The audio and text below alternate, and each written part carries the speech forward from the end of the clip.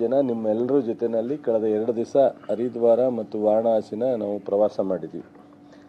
ನಾವು ಮೊನ್ನೆ ಭಾಗ್ಯನ ಅರ್ಪಿಸಿದಾಗ ಮುಖ್ಯಮಂತ್ರಿಗಳು, ಉಪಮುಖ್ಯಮಂತ್ರಿಗಳು ಇಲ್ಲೊಂದು ಕಾವೇರಿ ಆರತಿಯನ್ನು ಮಾಡ್ತಕ್ಕಂಥದ್ದು ಜನರಲ್ಲಾಗಿ ಡಿಸ್ಕಷನ್ ಮಾಡ್ತಾ ಆಲೋಚನೆಗೆ ಬಂದಂಥ ವಿಚಾರ. ಅದ ತಕ್ಷಣವೇ ಮಾನ್ಯ ಉಪಮುಖ್ಯಮಂತ್ರಿಗಳು ನಾವು ಇದನ್ನು ಜಾರಿಗೊಳಿಸಬೇಕು, ಇಲ್ಲಿ ಮಾಡಲೇಬೇಕು, ತಕ್ಷಣ ನೀವು ಒಂದು ಟೀಮ್ ಹೋಗಿ ವರದಿಯನ್ನು ಕೊಡಬೇಕು ಅಂತೇಳಿ ಕಳೆದ 3 ತಿಂಗಳಿಂದಲೇ ಹೇಳಿದರು. ಹಲವಾರು ಕಾರಣದಿಂದ ನಾವು ಇಲ್ಲಿ ಬರಲಿಕ್ಕೆ ಟೈಮ್ ಸರಿಬರಲಿಲ್ಲ. ಕೊನೆಗೆ ಅಂತಿಮವಾಗಿ ಮೊನ್ನೆ ನಾವು ಇಲ್ಲಿ ಬಂದು ಮಾಡಿದ್ದೀವಿ ಪ್ರವಾಸವನ್ನು. ಇದರಲ್ಲಿ ನಮಗೆ ಹರಿದ್ವಾರದಲ್ಲಿ ಒಂಥರ ಅನುಭವ ಆದರೆ ವಾರಣಾಸಿನಲ್ಲಿ ಇನ್ನೊಂದು ಥರ ಅನುಭವ ಇದೆ. ಹರಿದ್ವಾರ 108 ವರ್ಷದ ಇತಿಹಾಸ ಇದೆ. ಅವತ್ತಿನ ಕಾಲದ ಪುರೋಹಿತರು ಪ್ರಾರಂಭ ಮಾಡಿದ್ದು. ಅದೇ ರೀತಿ ಮುಂದುವರೆದು ಬಂದು ಕೋಆಪರೇಟಿವ್ ಆ್ಯಕ್ಟ್ ಅಡಿನಲ್ಲಿ ಒಂದು ಸೊಸೈಟಿ ಮಾಡ್ಕೊಂಡು ಗಂಗಾ ಮಹಾಸಭಾ ಅಂತ ಹೇಳಿ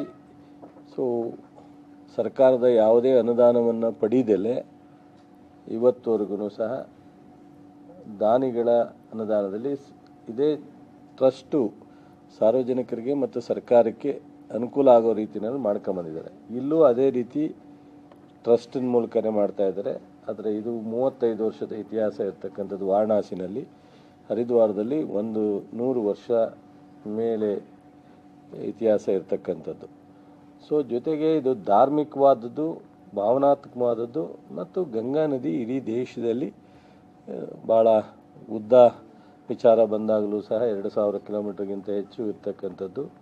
ಮತ್ತು ಕಾವೇರಿನೂ ಸಹ ಕಡಿಮೆ ಡಿಸ್ಟೆನ್ಸ್ ಇದ್ರೂ ಸೌಂಡ್ ಮಾಡಿರ್ತಕ್ಕಂಥದ್ದು ಬಹುಶಃ ಗಂಗಾ ನದಿಗಿಂತ ಹೆಚ್ಚು, ಕಡಿಮೆ ಅನ್ನೋದಕ್ಕಿಂತ ಹೆಚ್ಚಾಗಿ ಒಂದು ರೀತಿ ರಾಷ್ಟ್ರದಲ್ಲಿ ಎಲ್ಲ ರಾಷ್ಟ್ರದ ಮೂಲೆಗೂ ಕಾವೇರಿ ನದಿ ವಿಚಾರ ಗೊತ್ತು. ಆ ರೀತಿ ಸೌಂಡ್ ಮಾಡಿದೆ. ಆದರೆ 4 ರಾಜ್ಯಗಳಿಗೆ ಪುದುಚೇರಿ, ಕೇರಳ, ತಮಿಳುನಾಡು, ಕರ್ನಾಟಕಕ್ಕೆ ಉಪಯೋಗ ಜೊತೆಗೆ ನಮ್ಮ ಒಂದು 8-10 ಜಿಲ್ಲೆಗೆ, ಬೆಂಗಳೂರು ಮತ್ತು ಅನೇಕ ಕಾವೇರಿ ವ್ಯಾಪ್ತಿಯ ಹಾಸನ, ಮಂಡ್ಯ, ತುಮಕೂರು, ಮೈಸೂರು, ಚಾಮರಾಜನಗರ, ಕೊಡಗು ಇವೆಲ್ಲ ಜಿಲ್ಲೆಗೆ ಕುಡಿಯೋ ನೀರಿಗೂ ಸಹ ಭಾಳಷ್ಟು ಅನುಕೂಲ ಆಗ್ತಕ್ಕಂಥದ್ದು. ಮಾಡಿದಂಥ ಉದ್ದೇಶ ನಾನು ಇಲ್ಲಿ ಕೇಳಿದಾಗ, ಅವತ್ತಿನ ಕಾಲದಲ್ಲಿ ಪ್ರವಾಹ ಬಂದು ಹೆಚ್ಚು ತೊಂದರೆ ಆಗ್ತಿದ್ದಾಗ ಆರತಿಯನ್ನು ಮಾಡೋದ್ರ ಮೂಲಕ ಆ ನದಿಯ ಪ್ರವಾಹವನ್ನು ಕಡಿಮೆ ಆಗಲಿ ಅನ್ನೋ ಭಾವನೆಯಿಂದ ಮಾಡ್ತಿದ್ದದ್ದು. ನನಗನ್ನಿಸ್ತು, ನಾವು ಅನೇಕ ವರ್ಷಗಳಿಂದ ಬ್ರಿಟಿಷ್ನವ್ರ ಕಾಲದಿಂದ ನಾನು ಹೆಸರು ಹೇಳೋದು ಮರೆತುಬಿಟ್ಟೆ, ನಮ್ಮ ಅಪ್ಪಾಜಿಗೌಡರು, ನಮ್ಮ ಸ್ಟಾರ್ ಚಂದ್ರು ಅವರು, ವೆಂಕಟರಾಮೇಗೌಡರು ಸಹ ನಮ್ಮ ಜೊತೆ ಬಂದಿದ್ದಾರೆ, ಡಿಫಿಟೆಡ್ MP ಕ್ಯಾಂಡಿಡೇಟು. ಮಾಜಿ MLC ನಮ್ಮ ಅಪ್ಪಾಜಿಗೌಡರು ಮತ್ತು ನಮ್ಮ ಸಾಧು ಕೊಕ್ಕುಲ ಅವರು ಸಹ ನಮ್ಮ ಜೊತೆ ನಮ್ಮ ಟೀಮ್ನಲ್ಲಿದ್ದಾರೆ. ನಾವು ಸಹ ಇವಾಗ ಕಾವೇರಿಯನ್ನು ತಮಿಳುನಾಡು ನಮ್ಮ ಏನು ಡಿಸ್ಪ್ಯೂಟ್ ಇದೆ, ಆ ಡಿಸ್ಪ್ಯೂಟ್ ಇನ್ನು ಮುಂದೆ ಆಗದೇ ಇರಲಿಕ್ಕೆ ಒಂದೇ ಒಂದು ಸಾಧ್ಯ. ಪ್ರತಿ ವರ್ಷ ಭಾಗಮಂಡಲದಲ್ಲಿ ಒಳ್ಳೆ ಮಳೆ ಬಿದ್ದು ನಮ್ಮೆಲ್ಲ ಕಾವೇರಿ ಅಚ್ಚುಕಟ್ಟಿನಲ್ಲಿ ಮಳೆ ಆಗಿ ಎಲ್ಲ ಕಟ್ಟೆಗಳು ಏನು ಆರಂಗಿ, ಕಬಿನಿ, ಹೇಮಾವತಿ, KRS ಇದೆ, ಎಲ್ಲ ಡ್ಯಾಮು ಸಹ ಪ್ರತಿ ವರ್ಷ ತುಂಬಬೇಕು, ಅಚ್ಚುಕಟ್ಟಿನಲ್ಲಿ ಮಳೆ ಆಗಬೇಕು. ಆವಾಗ ನಾವು ಕಾವೇರಿ ಸಮಸ್ಯೆ ಬಗೆಹರಿಲಿಕ್ಕೆ ಸಾಧ್ಯ. ಆ ನಿಟ್ಟಿನಲ್ಲಿ ಆ ಕಾವೇರಿ ಮಾತಿಗೆ ನಾವು ಭಾಗಮಂಡಲದಲ್ಲಿ ಸಾಂಕೇತಿಕ ಒಂದು ದಿವಸ ಮಾಡಬೇಕಾ, ಶ್ರೀರಂಗಪಟ್ಟಣದಲ್ಲಿ ಮಾಡಬೇಕಾ, KRSಲ್ಲಿ ಮಾಡಬೇಕಾ, ಪ್ರತಿ ದಿವಸ ಮಾಡಬೇಕಾ, ವೀಕ್ಲಿ ಮಾಡಬೇಕಾ, ಮಂತ್ಲಿ ಮಾಡಬೇಕಾ, ಇದೆಲ್ಲವೂ ಸಹ ತೀರ್ಮಾನ ಉಪಮುಖ್ಯಮಂತ್ರಿಗಳು, ಮುಖ್ಯಮಂತ್ರಿಗಳ ಜೊತೆ ಮಾತನಾಡಿ ನಮ್ಮೆಲ್ಲರ ಜೊತೆ ಚರ್ಚೆ ಮಾಡಿ ನಮ್ಮ ಅಭಿಪ್ರಾಯವನ್ನು ಅಲ್ಲಿ ಕೊಡ್ತೀವಿ. ಅಧಿಕಾರಿಗಳು ಬಂದಿದ್ದಾರೆ, ಅವರು ಸಹ ವರದಿಯನ್ನು ಸಂಪೂರ್ಣವಾಗಿ ಒಂದು ಡಾಕ್ಯುಮೆಂಟ್ರಿ ಮಾಡೋದ್ರ ಮೂಲಕ ಕೊಡ್ತಾರೆ.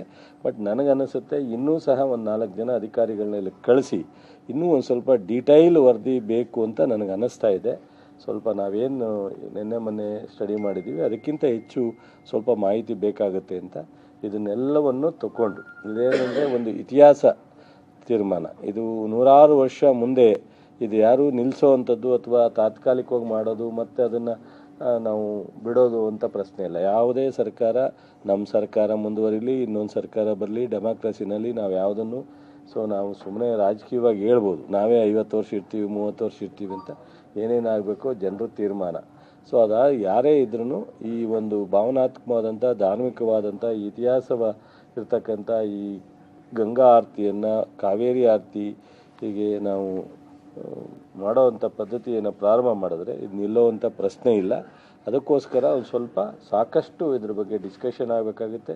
ಇನ್ನೊಂದಷ್ಟು ಮಾಹಿತಿ ಬೇಕಾದರೆ ಇಲ್ಲಿಂದ 4 ಜನ ಅಧಿಕಾರಿಗಳನ್ನ ಕಳಿಸಿ ತರಿಸ್ಬೇಕಾಗುತ್ತೆ.